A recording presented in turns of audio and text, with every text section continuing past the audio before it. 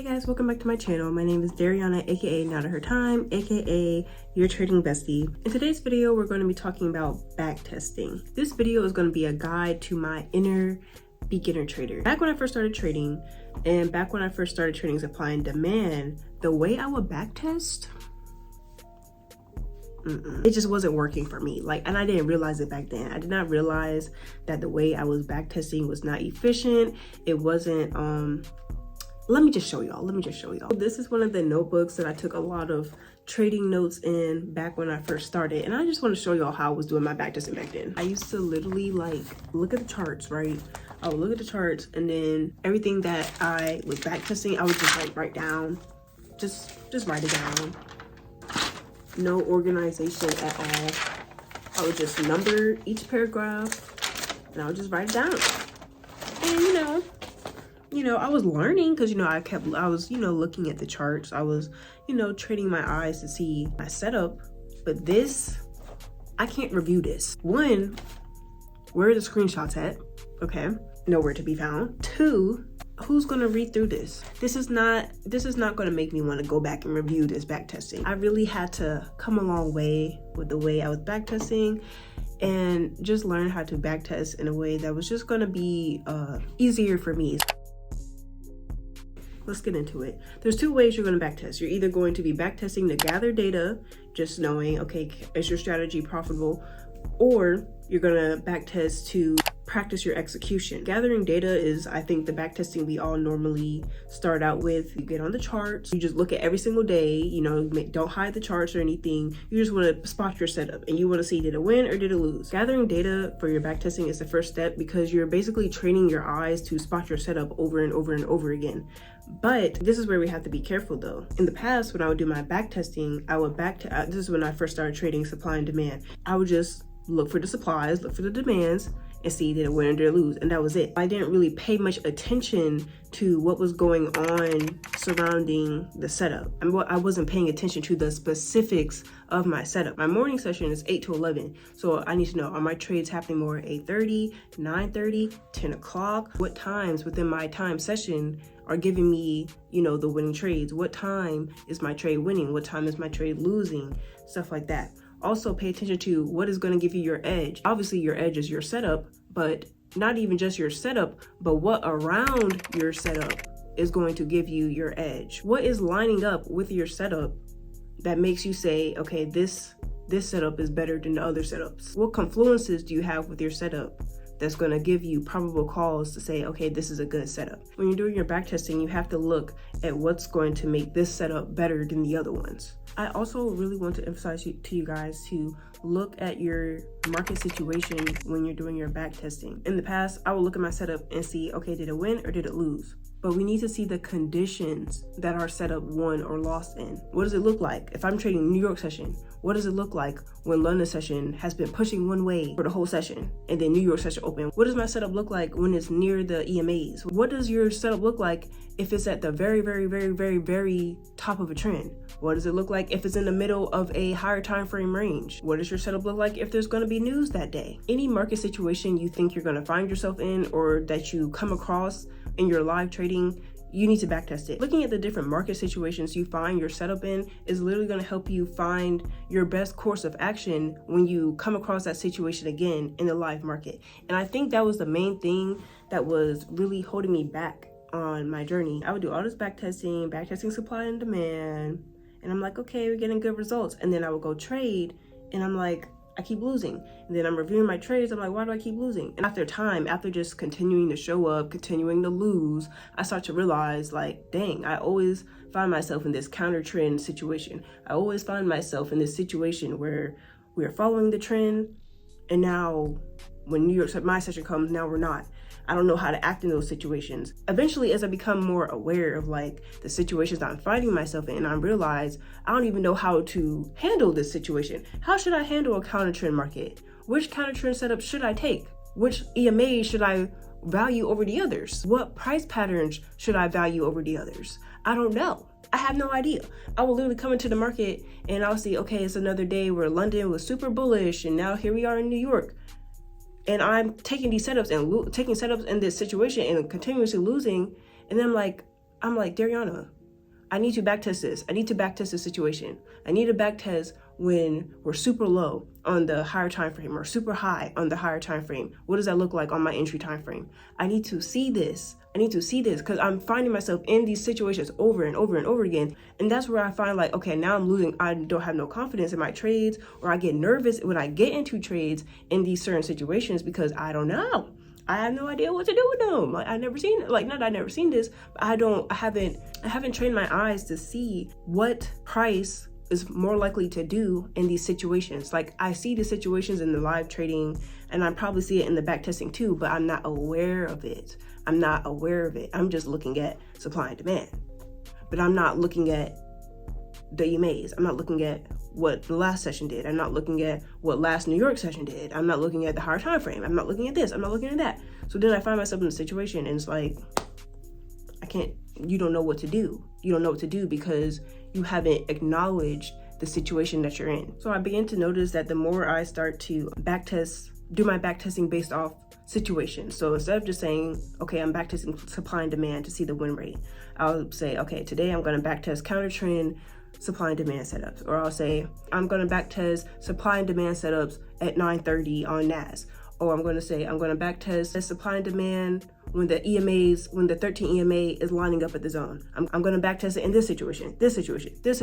Every situation that I find myself in, I need to backtest it. I need to see it all so that if I am trading in the live market and I get into a situation where I'm like, okay, like we're super high, London pushed up. Now we're in my session, we're super high. I know what to expect. When you're gathering data, this just helps you, one, to know what to expect with your setups when you're going to trade live, and also training your eyes to see it over and over and over again. But now here we go with the second type of backtesting. So the second type of backtesting is practicing execution. So that's basically like you get on TradingView, you hide the charts or you hide the candles and you just start replaying it. Like you let it play out and you do your backtesting as if you were seeing this playing out live. So if I'm watching a trade, I'm like, okay, let's say I want to get into this certain trade. Like, I'm watching the trade play out on the bar replay and it starts entering in the drawdown.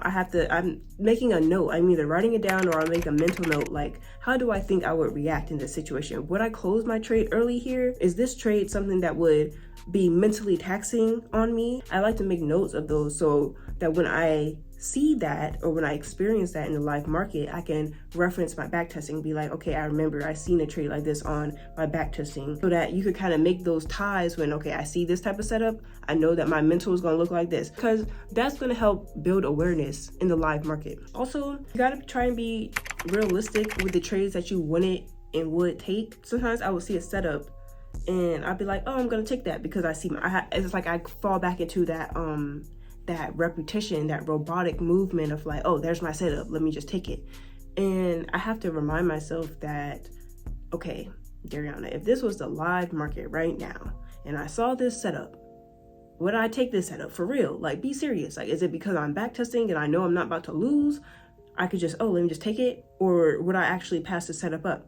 And you have to be realistic with that, because when you're keeping track of your trades that you are taking when you're doing this type of backtesting, if you're tracking setups that you wouldn't even take in the real life market, then it's going to affect the results, obviously, of your backtesting. So you just want to also try and be really realistic when it comes to what setups are you going to take and what setups do you think you would pass up. Another thing that I also have to catch myself doing when I'm backtesting is I have to watch out for my biases. This is a perfect example. So recently I was backtesting counter trend liquidity grab setups, right? And I was looking at them and I'm like, wow, these are some good setups. Or like I was looking at one setup and I was like, wow, this is a great setup. But then I had to catch myself.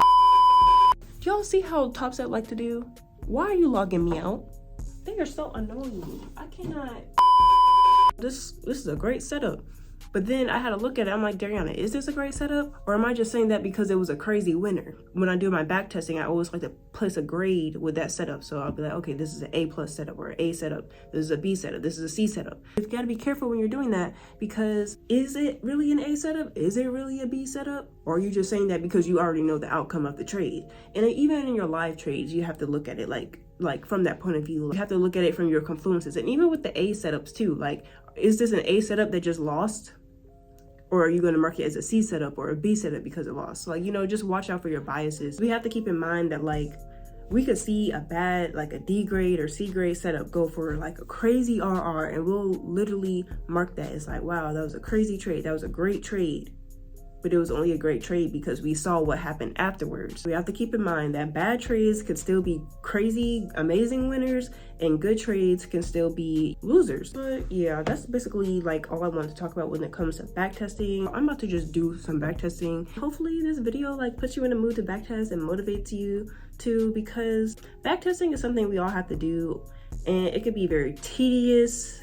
It can be very draining, boring sometimes, but at the end of the day, it's something that we have to do. But I would also like to emphasize to y'all that at the end of the day, live experience is where it's at. You are only going to build confidence in your trading by taking trades live. Your skill increases mainly the most when you're actually live trading. So, you know, can't put too much emphasis on backtesting. We still got to do it, but at the end of the day, make sure you're also practicing what you're backtesting in the live market. But I don't even use this template anymore. I do my backtesting on Notion now. You can literally just make a table on Notion, and it's just so much more, it's just better. Like, y'all, I'm just going to show you guys how you can make a little backtesting template for your own backtesting. So basically, you could just go here, click anywhere, click a plus sign, and then make a page, and then they're going to give you a page. Down here at the bottom, it says table, so you could click table, and then I would go to new database. You probably don't have to do that if you haven't, if you don't have other stuff on your Notion. So now you have your little table, and then they give you this place where you could add more properties. You could customize this however you want to. You have their first column be your pair. You could have it be your numbers. So you could, like, if you want to count out how many trades you're backtesting, you could just like put that in the first column. Okay, so the next column, you could put something like, your position. You see how it has like the three bullet points and the lines? That means you could add any options you want to put for this category. So for this, I would probably put like long, and then I'll put short. Add another thing, add another multi-select, and you could put setup. And then when you add your options, you could put demand, you could put supply, you could put liquidity grab, you know, and then when you're doing your backtesting, boom, you could just click it. Okay, then for your next one, we could do another multi-select. I usually always keep mine on multi-select because it's just easier that way. You could put confluences for one category. You can make another multi-select. You could put your cons and literally just keep filling it out. What are your confluences? Breaker structure, 200 EMA. You could put market structure. Whatever your confluences are, you can just put them here, so that when you're backtesting, you could just be like, okay, what are my confluences for the trade? Boom, just click the ones that were there. Same thing with the cons. Whatever cons you have for your trade, maybe it was like too high, counter trend. I'll say I have one that's like maybe gaps. I'll add another section, and this one I'll usually do like a text or something. And for this one, I'll call it like, I'll say like your stop loss, right? So I like to always put like how many points my stop loss was. You can also add your dates, okay? Add the date property. Move this over here. I usually like to keep the date up front. Then boom, you just put the date in. You can have another text here. This one can just be for the picture. This is where you place your link.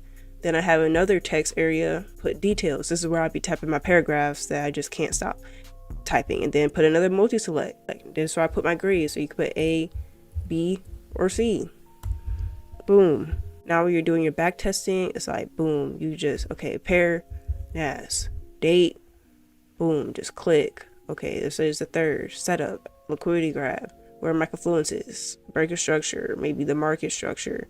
And then you can put your cons, maybe it was counter trend, you know, put your stop loss, 22 pips. Like, it just makes it so much easier, like, to just click and go. That's how y'all can make a Notion table for your backtesting. I was kind of rushing through it. I was just like showing examples, but I'm gonna put in the description all the properties that I have for my backtesting, on my backtesting table that I use, so that if y'all want like some inspiration or like what maybe you can look at as well for your setups and for your back testing. I'll just have that in the description for y'all, so y'all can just add the properties and then, you know, add whatever options you want for those properties. I hope y'all enjoyed this video. I will see y'all in the next video. One last thing before I go, if no one has told you yet, let me be the one to tell you that someone has faith in you, and that someone is me. With love, I will see y'all in the next video. Yeah, next video. Why am I dancing every single time, y'all? I always be cutting up at the end. Why do I be cutting up at the end of the video all the time? Anyway, yeah. Bye, guys.